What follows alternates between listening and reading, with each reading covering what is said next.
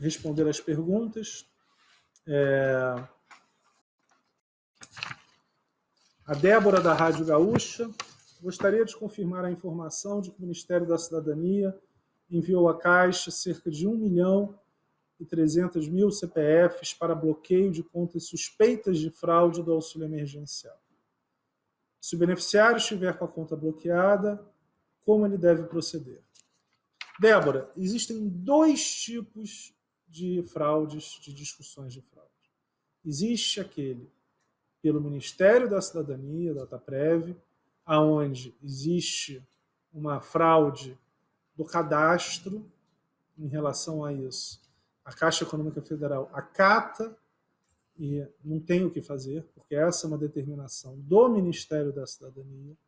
Qualquer discussão no 121, telefone do Ministério da Cidadania, mas não é algo que a Caixa Econômica Federal se envolve, porque esta base de dados a gente não tem acesso. Tá? Então, esse tipo de fraude é uma fraude totalmente fora da gestão da Caixa Econômica Federal. Aquilo que nós estamos identificando foram fraudes operacionais. Ou seja, eu não vou dar muito detalhe, exatamente, vocês sabem por quê, mas a fraude de cadastro, Ministério da Cidadania com a DataPrev. A fraude operacional, normalmente criações de contas, onde se desviou esse dinheiro de uma pessoa que poderia receber. Então, esse tipo de fraude é o que a gente discutiu durante boa parte da apresentação, onde estas contas estão bloqueadas, e para desbloquear, quando é a suspeita de fraude, há necessidade do beneficiário ir à agência, de novo, dependendo do seu mês de pagamento, do dia com o mês de pagamento, para que possa ser retirada esse bloqueio da conta. Ou, quando houver, no caso de inconsistências cadastrais, uma revalidação para que seja liberada. Mas são duas coisas diferentes. Haverá a informação de maneira clara no Caixa-Tem de se a conta está bloqueada ou se é uma questão cadastral, onde basta reenviar o cadastro, não há necessidade de ir nas agências para resolver o problema. Carolina Laureano, do Jornal Nacional. Com base em qual critério a Caixa bloqueou esse número de contas? Seria uma estimativa de contas que poderiam ter sofrido fraude? Carolina, como nós falamos, eu tenho um limite aqui de onde que eu posso te dar o detalhe, porque nós estamos muito ativos nesta prevenção, e se eu falar demais, a gente vai acabar colocando em risco as investigações, inclusive da Polícia Federal. Então, do ponto de vista de fraudes, são dois grandes grupos.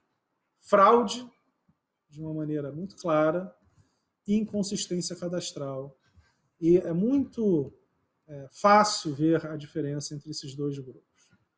Então, quando você tem fraude que já tem acontecido, ou uma fraude que as nossas áreas de tecnologia, na parte toda de compliance, percebam que é algo muito claro, nós realizamos esse bloqueio de conta e há necessidade da pessoa mostrar que a conta é dela mesma.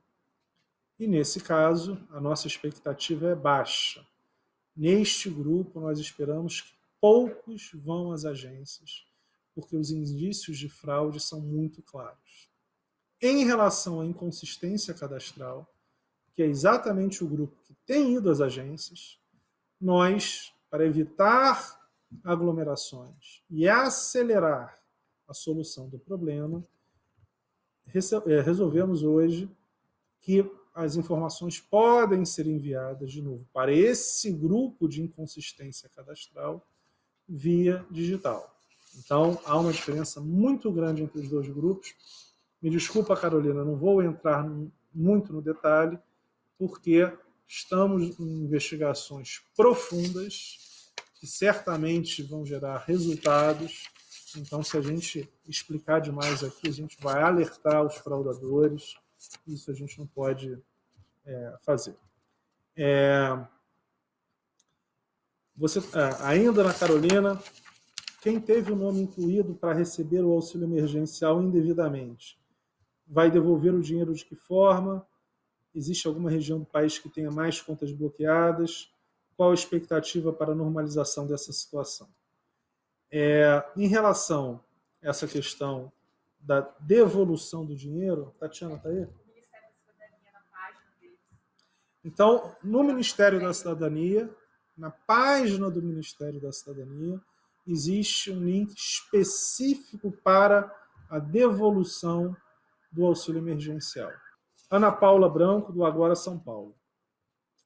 Quando o dinheiro do último lote do auxílio emergencial ficará disponível para saques e ou compras e pagamentos? Ana Paula, como nós falamos, são 5 parcelas.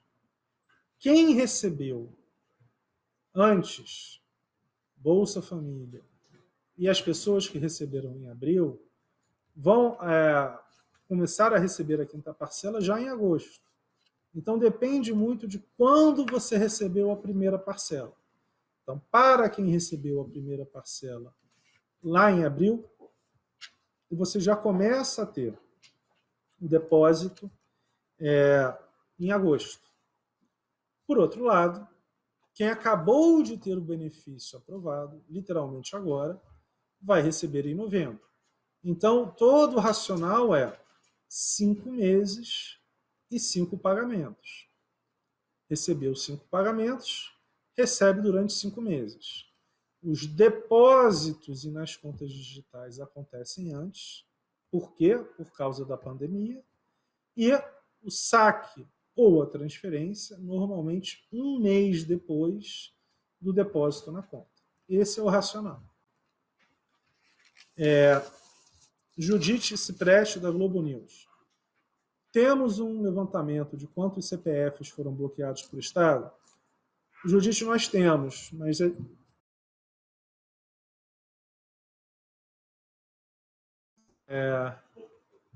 desculpa, congelou um pouquinho. A gente vai avançar um pouco mais nas investigações. Não é o momento de falar. Me desculpa. Temos sim, mas a gente ainda está investigando mais, isso é bem importante. Né? Em breve a gente vai dar essas informações com mais detalhe. Marina Barbosa, do Correio Brasiliense. Houve filas em agências da Caixa devido às contas que foram bloqueadas no Caixa Tem. O que a Caixa está fazendo para resolver o problema? A orientação de quem teve a conta bloqueada continua sendo procurar uma agência da Caixa? Marina, muito obrigado pela pergunta. Como nós falamos, nós dividimos em 2 grupos. Primeiro, sim, houve filas, sim. E as filas, como sempre, nós queremos minimizar, são filas esporádicas, incomparáveis com o que aconteceu no passado. Então, são filas esporádicas pequenas. O que a gente vai fazer? Primeiro, combater a fraude é fundamental. Uma fraude no pagamento do auxílio emergencial em um momento de pandemia é algo extremamente grave.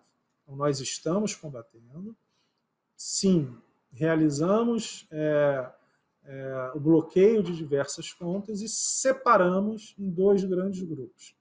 51% com grandes indícios de fraudes estão bloqueadas e para o desbloqueio há necessidade de ir às agências e de acordo com o mês próximo do recebimento. Por quê?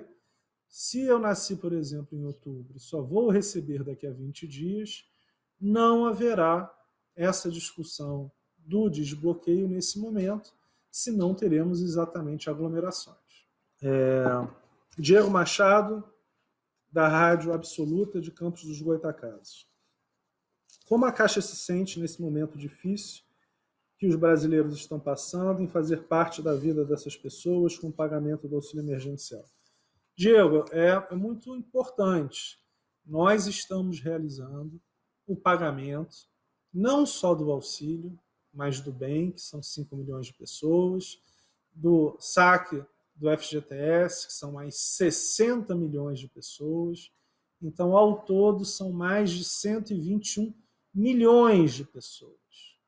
8 entre cada 10 adultos no Brasil estão recebendo um benefício do governo federal, pago através da Caixa Econômica Federal.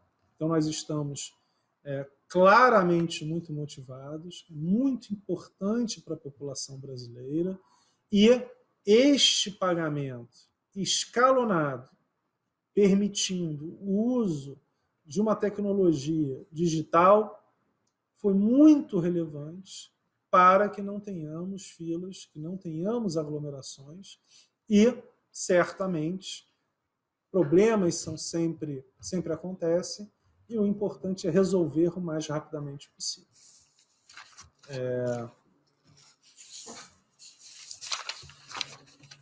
Agora, uma pergunta da Tânia Regina. A pergunta é sobre o Caixa Tem. No meu primeiro acesso, aparece que tenho que mandar meus números de documentos pelo WhatsApp. Isso procede? Procede, usando aquele link que eu vou te mostrar. Não usar o WhatsApp, para usar apenas através daquele link do Caixa Tem. Isso.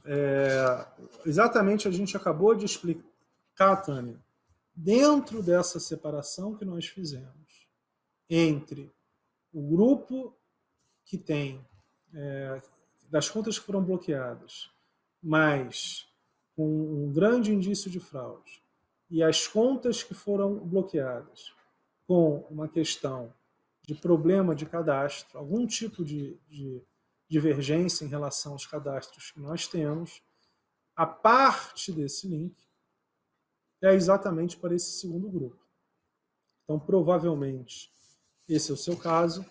Eu peço, Dene, que a gente tenha o contato da Tânia e você será respondida muito rapidamente, Tânia. Nós vamos analisar o seu caso e te responder muito em breve. O Maciel, o número do celular cadastrado mudou e preciso alterar. Como eu faço? Marilu, essa é uma pergunta muito importante. Dado toda essa questão que nós estamos em relação às fraudes, há necessidade de ir às agências, exatamente para a demonstração de que é você mesmo, porque senão seria uma porta aberta muito grande em relação às fraudes. Então a resposta é: há necessidade de ir às agências. Chayenne Galdino. Quanto tempo demora para a validação dos documentos pelo WhatsApp? Chayenne, em até 24 horas. Então, é algo muito mais rápido do que estava sendo até agora. Então, em até um dia, 24 horas, você terá a validação ou não. Mas, de novo, o que nós esperamos, dada essa questão de incongruência, sem que exista de uma maneira tão clara indícios de fraude, nós imaginamos que será resolvido em até 24 horas.